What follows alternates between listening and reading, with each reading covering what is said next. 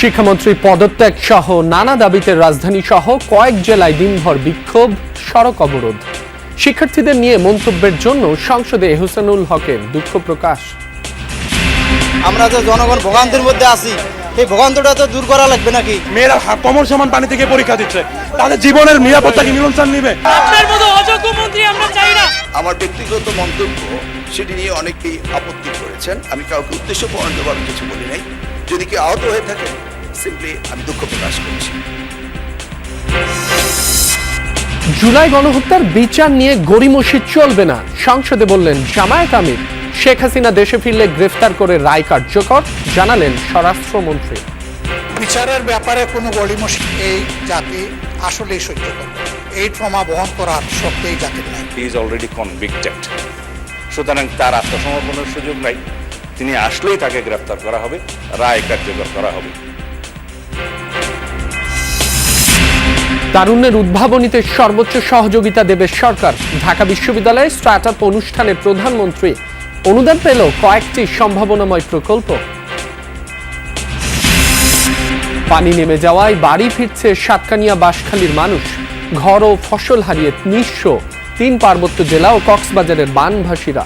ক্ষতিগ্রস্তদের সহায়তা দেবে সরকার।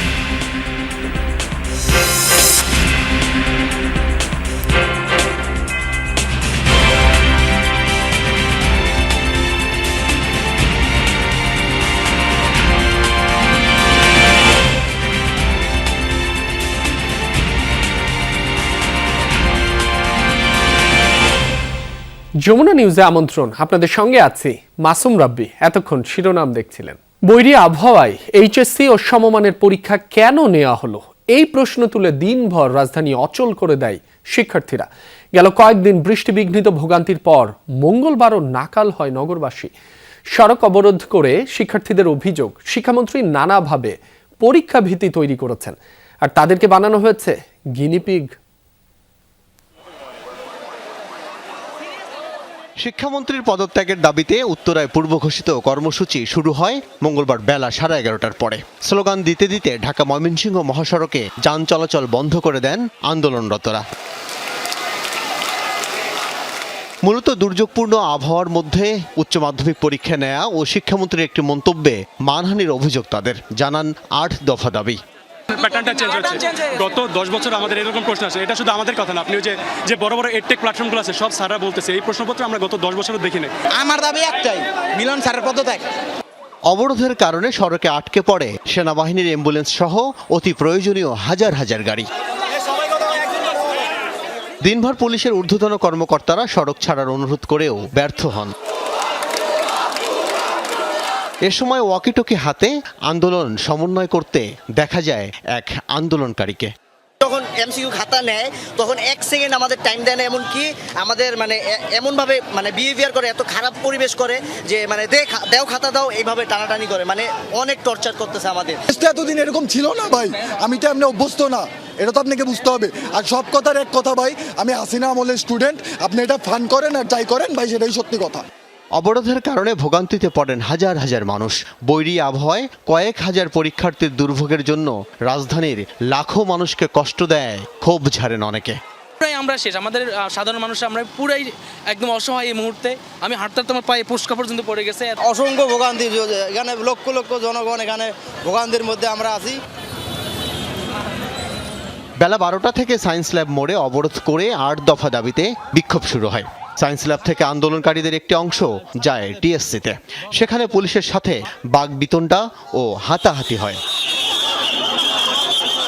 এদিকে সংসদ ভবনের সামনেও ঘটে অপ্রীতিকর ঘটনা। সড়ক আটকে শিক্ষামন্ত্রীকে ক্ষমা চাওয়ার আহ্বান জানান আন্দোলনরতরা। তাদের মানিক মে এভিনিউ থেকে সরিয়ে দেওয়ার চেষ্টা করে পুলিশ। সন্ধ্যার পর উত্তরায় অবরোধ তুলে নেয় আন্দোলনরতরা। আর মানিক মে এভিনিউ থেকে বলা হয়, দাবি না মানলে পরীক্ষায় বসবেন না কেউ। আগামীকালকের যে পরীক্ষাটা আছে ফিজিক্স সেকেন্ড পেপার, ওই পরীক্ষাটা নিয়ে তাদের একটু বিবেচনা করা দরকার। আমরা কেমনে যে পরীক্ষাটা দিব ওইটা স্থগিত করে নতুন করে রুটিন দেওয়া দরকার। শিক্ষা ব্যবস্থায় তো আমরা পড়ালেখা করি না, আমরা কিভাবে ওনার এই কোশ্চেনে আমরা পরীক্ষা দিব। রাত 8টার পরে মানিক মে এভিনিউয়ে ফের অবস্থান নেন আন্দোলনরতরা। এ সময় ওই পথে যাওয়া বিহঙ্গ পরিবহনে করা হয় ভাঙচুর। আল আমিন হক অহন, যমুনা নিউজ, ঢাকা। এদিকে শিক্ষামন্ত্রীর পদত্যাগ সহ বিভিন্ন দাবিতে দেশের কয়েক জেলায়ও বিক্ষোভ হয়েছে। এ সময় শিক্ষামন্ত্রী ও শিক্ষা বোর্ড সংশ্লিষ্টদের বিরুদ্ধে নানা স্লোগান দেন শিক্ষার্থীরা। বৈরী আবহাওয়ায় ভোগান্তির কথা জানিয়ে পরীক্ষা স্থগিতের দাবিও জানানো হয়। এছাড়াও প্রশ্নপত্রের ত্রুটি ও শিক্ষামন্ত্রীর মন্তব্যেরও প্রতিবাদ জানানো হয়।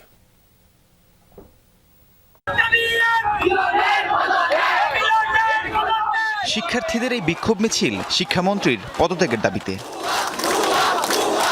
দেশের কয়েক জেলায় শিক্ষামন্ত্রীর পদত্যাগ সহ নানা দাবিতে চলে বিক্ষোভ কর্মসূচি। রাজশাহীতে মিছিল নিয়ে মাধ্যমিক ও উচ্চ মাধ্যমিক শিক্ষা বোর্ড প্রাঙ্গণে জড়ো হয় ছাত্রছাত্রীরা। প্রশ্নপত্রে ত্রুটি ও শিক্ষামন্ত্রীর মন্তব্যের প্রতিবাদ জানান তারা। পরিস্থিতি মানে একদম পরিস্থিতি স্বাভাবিক হওয়া না পর্যন্ত পরীক্ষা আমরা স্থগিত চাই। আমি মিলন সাহেবকে বলতে চাই, এই সেম রুটিনে আপনাকে আমি 2 বছর সময় দিলাম, আপনি পড়েন, প্রিপারেশন নেন, আমি পরীক্ষা কোশ্চেন করবো, আপনি এসে পরীক্ষা দিয়ে যান। অবরোধ করা হয় বরিশাল শিক্ষা বোর্ডের সামনের মহাসড়কও। 2 ঘণ্টাব্যাপী সেখানে চলে বিক্ষোভ।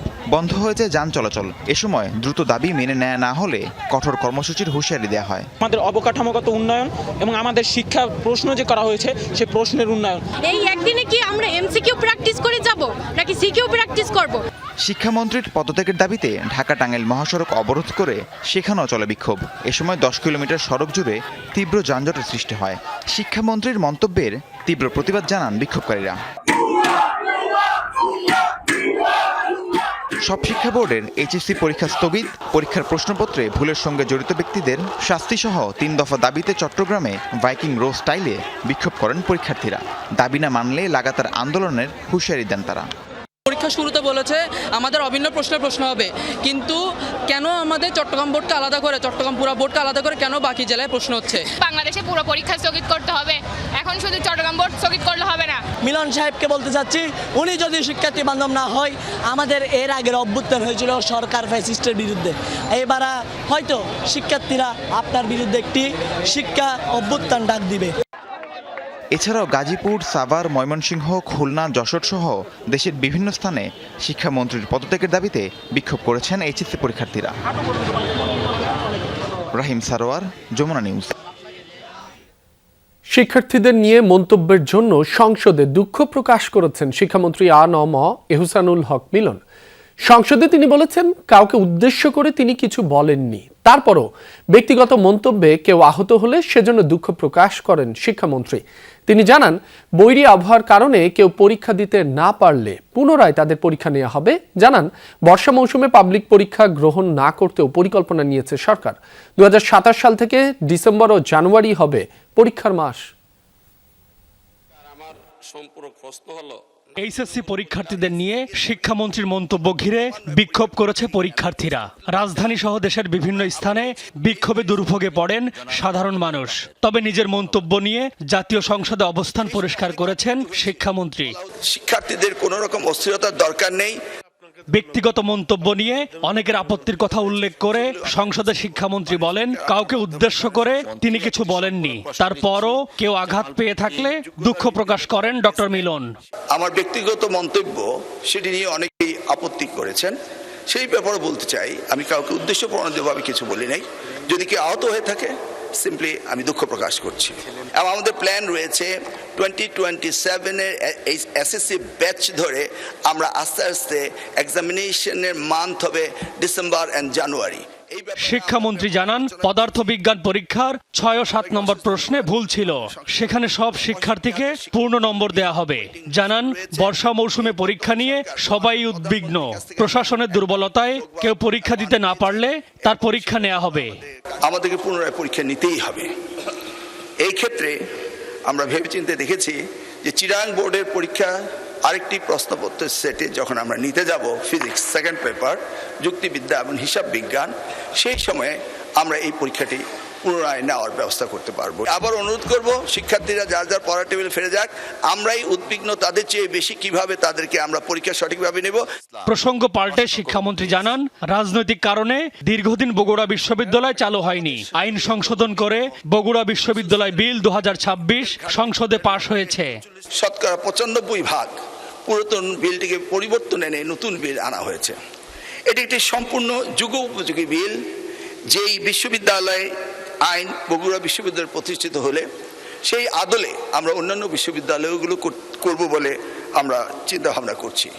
এছাড়া কাতারের সাবেক আমির শেখ হামাদ বিন খলিফা আল থানির মৃত্যুতে সংসদে শোক প্রস্তাব পাশ হয়। বুধবার বাংলাদেশে জাতীয় শোক দিবস পালন ও জাতীয় পতাকা অর্ধনমিত রাখা হবে। শোক প্রস্তাবটি সর্বসম্মতিক্রমে গ্রহণ করা হলো। এমি আজিজ, যমুনা নিউজ, ঢাকা।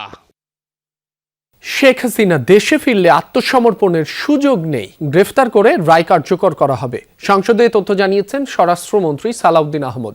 এ মাসেই জুলাই জাদুঘর খুলে দেওয়ার আহ্বান জানিয়ে বিরোধী দলীয় নেতা বলেন, মানবতা বিরোধী হত্যাকারীদের বিচার নিয়ে গড়িমসি জাতি সহ্য করবে না। বিরোধী দলের এমপিরা বলেন, দল হিসেবে আওয়ামী লীগের বিচার নিশ্চিতের পাশাপাশি মানবতা বিরোধী অপরাধীদের সম্পদ বাজেয়াপ্ত করে জুলাই ক্ষতিগ্রস্তদের কল্যাণে ব্যয় করতে হবে। জাতীয় সংসদে ৬৮ বিধিতে জুলাই গণ অভ্যুত্থান ও গণহত্যার বিচার নিয়ে আলোচনা করেন সরকার ও বিরোধী দলের সদস্যরা। বিচারে বিলম্ব ও মূল আসামিদের ফিরিয়ে এনে রায় কার্যকরে সরকারের ভূমিকা নিয়ে প্রশ্ন তোলেন অনেকে। এই সরকার গঠন করার পর বিরোধী দলের সংসদ সদস্যরা বলেন, জুলাই গণহত্যার বিচারের নামে কৌতুক করা হচ্ছে। মানবতা বিরোধী অপরাধীদের সম্পদ বাজেয়াপ্ত করে জুলাই ক্ষতিগ্রস্তদের কল্যাণে ব্যয় করার আহ্বান জানান তারা।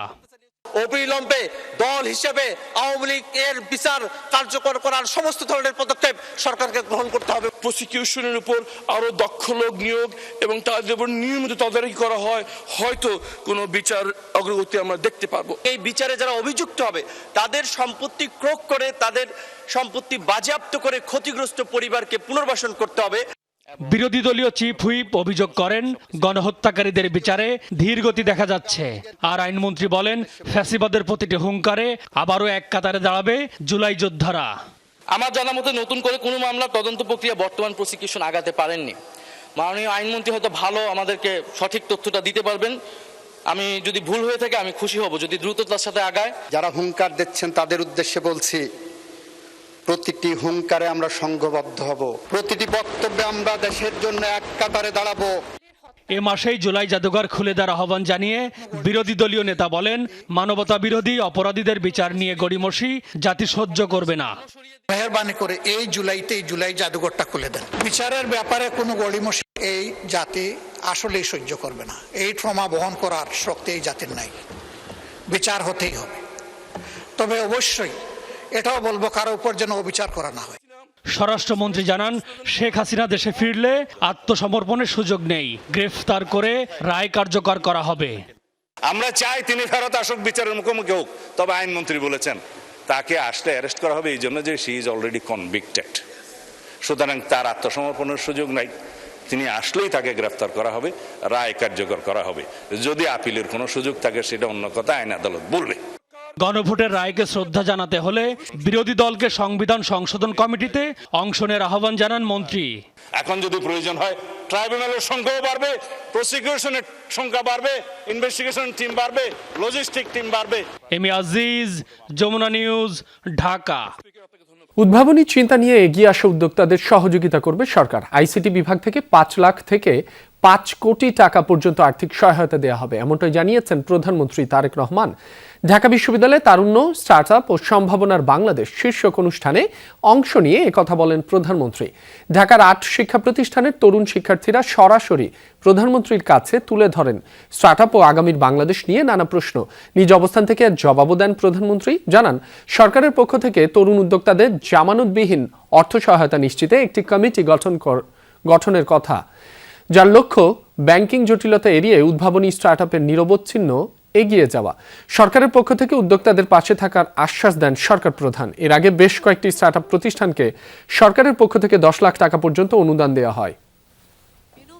যেহেতু নেটওয়ার্কিং এর সমস্যা আছে, আপনাকে ওখানে আমরা ওই ব্যবস্থাটা করে দেবো, সো দ্যাট আপনি কন্টিনিউস আনইন্টারাপ্টেড আপনি ওয়াইফাই ওখানে পেতে পারেন। এইভাবে জিনিসগুলোকে আমরা আপাতত চিন্তা করছি। এটা বিভাগীয় পর্যন্ত আছে, এটা বিভাগীয়তেই আপাতত থাকুক। যখন দেখবো যে এরকম আস্তে আস্তে বাড়ছে, এন্টারপ্রেনার সংখ্যা বাড়ছে, স্টার্টআপ এরকম ইয়াং ছেলেমেয়েরা বাড়ছে, তখন আমরা যখন জেলা পর্যায়ে যদি যেতে হয় বা উপজেলা পর্যায়ে, তখন আমরা ওটা ধীরে ধীরে যাবো। বাট আপাতত আমরা এখানেই রাখছি, কারণ রিসোর্সের একটা বিষয় আছে। তো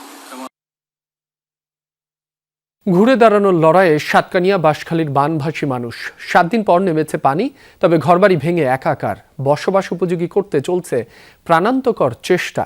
জমির ফসল ভেসে যাওয়ায় দিশেহারা কৃষক। চট্টগ্রামের এই 2 উপজেলার বেশিরভাগ সড়কের অবস্থাও বেহাল। শিক্ষার্থীদের বই, খাতা, স্কুলের নানা সরঞ্জাম ভেসে গেছে। কারো কারো সামনে পরীক্ষা থাকলেও পড়াশোনার পরিবেশ নেই। বন্যার পানিতে সাতকানিয়ার ঢেমসা, চরতি, এউচিয়া সহ 17 ইউনিয়নের বেশিরভাগ সড়ক নষ্ট হয়েছে। চলাচলে ভোগান্তি পোহাতে হচ্ছে স্থানীয়দের। এদিকে পানি নেমে যাওয়ায় উপজেলা স্বাস্থ্য কমপ্লেক্সে স্বাভাবিক হয়েছে চিকিৎসা সেবা। বন্যার পানি নামার পর বহুমুখী সংকটে 3 পার্বত্য জেলা ও কক্সবাজারের মানুষ। আশ্রয় কেন্দ্র থেকে ঘরে ফিরলেও খাদ্য ও বিশুদ্ধ পানির সংকট তীব্র। বান্দরবানের সাঙ্গু, মাতামুহুরী ও বাকখালী নদীর পানি নেমে যাওয়ায় আশ্রয় কেন্দ্র থেকে নিজ ঘরে ফিরেছে বানভাসী মানুষ। তবে সপ্তাহ জুড়ে কর্মহীন থাকায় উপার্জন বন্ধ। ঘরবাড়ি সংস্কার করতে হিমশিম খাচ্ছেন বানভাসী মানুষ। এদিকে বন্যায় খাগড়াছড়ির 9 উপজেলার বিভিন্ন স্থানে ক্ষতিগ্রস্ত হয়েছে কৃষকরা। গ্রামীণ সড়ক সহ জেলার বিভিন্ন সড়ক ক্ষতবিক্ষত। অন্যদিকে কক্সবাজারের বাকখালী ও মাতামুহুরী নদীর পানি নামতে শুরু করায় প্রত্যন্ত নিম্নাঞ্চলের ঘরবাড়ি থেকে পানি নামছে। স্পষ্ট হচ্ছে ক্ষতচিহ্ন। কিছু এলাকায় এখনো পানিবন্দী রয়েছে অনেক পরিবার। ঘুরে খাদ্য ও সুপেয় পানির সংকট। চলমান বন্যায় ক্ষতিগ্রস্ত মানুষের পুনর্বাসন ও জরুরি সহায়তার সিদ্ধান্ত নিয়েছে সরকার। মঙ্গলবার আন্তঃমন্ত্রণালয় বৈঠকে দুর্যোগ ব্যবস্থাপনা ও ত্রাণ মন্ত্রী আসাদুল হাবিব দুলু জানান, ত্রাণ ও কৃষি উপকরণ বিতরণ, স্বাস্থ্যসেবা, বিশুদ্ধ পানি সরবরাহ ও সড়ক বাঁধ সহ ক্ষতিগ্রস্ত অবকাঠামো দ্রুত নির্মাণের দায়িত্ব দেওয়া হয়েছে স্ব মন্ত্রণালয়কে। রাস্তাঘাট ক্ষতিগ্রস্ত হয়েছে, সড়ক জনপথ, তারা সেটা মেরামত করবে অল্প সময়ের মধ্যে। স্থানীয় সরকার মন্ত্রণালয়ের আওতাধীন যে সমস্ত সড়ক তারা সেটা মেরামত করবে। আমরা আমাদের মন্ত্রণালয় থেকে যদি কাঁচা সড়ক থেকে থাকে সেগুলোকে আমরা কাবিটা দিয়ে মেরামত করব। এবং খাদ্য মন্ত্রণালয় থেকে জরুরি ভিত্তিতে এই সমস্ত জায়গাগুলো খাদ্য বান্ধব কর্মসূচি চলমান থাকবে। জুলাই গণ অভ্যুত্থান ও বিচারের অগ্রগতি নিয়ে সরকারের মন্ত্রীদের দেয়া জবাব সন্তোষজনক নয় বলে মন্তব্য করেছেন বিরোধী দলীয় চিফ হুইপ নাহিদ ইসলাম। সংসদ অধিবেশন শেষে তিনি আরও বলেন, অনতিবিলম্বে এইচএসসি ও শিক্ষার্থীদের সাথে বসা উচিত শিক্ষামন্ত্রীর, অথচ তা করে মন্ত্রী নকলের পেছনে ছুটে বেড়াচ্ছেন। বিচার প্রক্রিয়া ধীরগতিতে এগোচ্ছে। যেই বিচারগুলো সম্পন্ন হচ্ছে সেগুলো ম্যাক্সিমামই হচ্ছে অন্তর্বর্তী সরকারের সময়ে সেই সময়ের প্রসিকিউশন টিম করে যাওয়া তদন্ত অনুযায়ী করা হচ্ছে। তো এই সরকারের আপডেট আমরা সরকারের কাছ থেকে জানতে চেয়েছিলাম। আইনমন্ত্রী, স্বরাষ্ট্রমন্ত্রী কিছু কথা বলেছেন, কিন্তু আমাদের কাছে সেটা সন্তোষজনক মনে হয়নি। দেশে মানুষের জীবনের কোনো নিশ্চয়তা নেই বলে অভিযোগ করেছেন জাতীয় পার্টির চেয়ারম্যান জিএম কাদের। সোমবার দুপুরে রংপুরে প্রয়াত রাষ্ট্রপতি ও জাতীয় পার্টির প্রতিষ্ঠাতা চেয়ারম্যান হুসেইন মোহাম্মদ এরশাদের 7ম মৃত্যুবার্ষিকীর আলোচনা সভায় এই অভিযোগ করেন তিনি। আরেকটি আন্দোলনের মাধ্যমে জুলাই বিপ্লব পূর্ণতা পাবে বলেও মন্তব্য করেন জিএম কাদের। এর আগে হুসেইন মোহাম্মদ এরশাদের সমাধিস্থলে কোরআন খতম ও দোয়া মাহফিল অনুষ্ঠিত হয়। আর জামাত শিবির এবং তাদের দোসর এক দল। সাধারণ মানুষ ভীষণভাবে ক্ষতিগ্রস্ত। আইন শৃঙ্খলার কোনো রকম কোনো নিশ্চয়তা নাই। মানুষের জানমাল ইজ্জতের কোনো নিরাপত্তা নাই। ফরাসি উন্নয়ন সংস্থা ইএফআইডির মাধ্যমে দেশটি বাংলাদেশের দারিদ্র্য বিমোচন সহ বিভিন্ন খাতের উন্নয়নে 200 কোটি ইউরো বিনিয়োগ করেছে বলে জানিয়েছেন ফরাসি রাষ্ট্রদূত জিন ম্যাকর শেরে শার্লেট। রাজধানীর ফরাসি দূতাবাসে দেশটির স্বাধীনতা দিবস উদযাপন অনুষ্ঠানে এ কথা জানান রাষ্ট্রদূত। বলেন, সুপেয় পানি নিশ্চিতকরণ, বিভিন্ন খাতের উন্নয়নে এ অর্থ ব্যয় হবে। ফ্রান্স বাংলাদেশের সঙ্গে দীর্ঘমেয়াদী সম্পর্ক গড়তে চায় এবং একসাথে কাজ করতে চায়। অনুষ্ঠানে বিদ্যুৎ, জ্বালানি ও খনিজ সম্পদ মন্ত্রী ইকবাল হাসান মাহমুদ টুকু বলেন, নবায়নযোগ্য জ্বালানি, সবুজ প্রযুক্তি, পরিবেশ সহ বিভিন্ন খাতে 2 দেশের সহযোগিতা আরও গভীর করার সুযোগ আছে। এই ছিল যমুনা নিউজের এখনকার আয়োজনে। এতক্ষণ যারা সাথে ছিলেন সবাইকে ধন্যবাদ।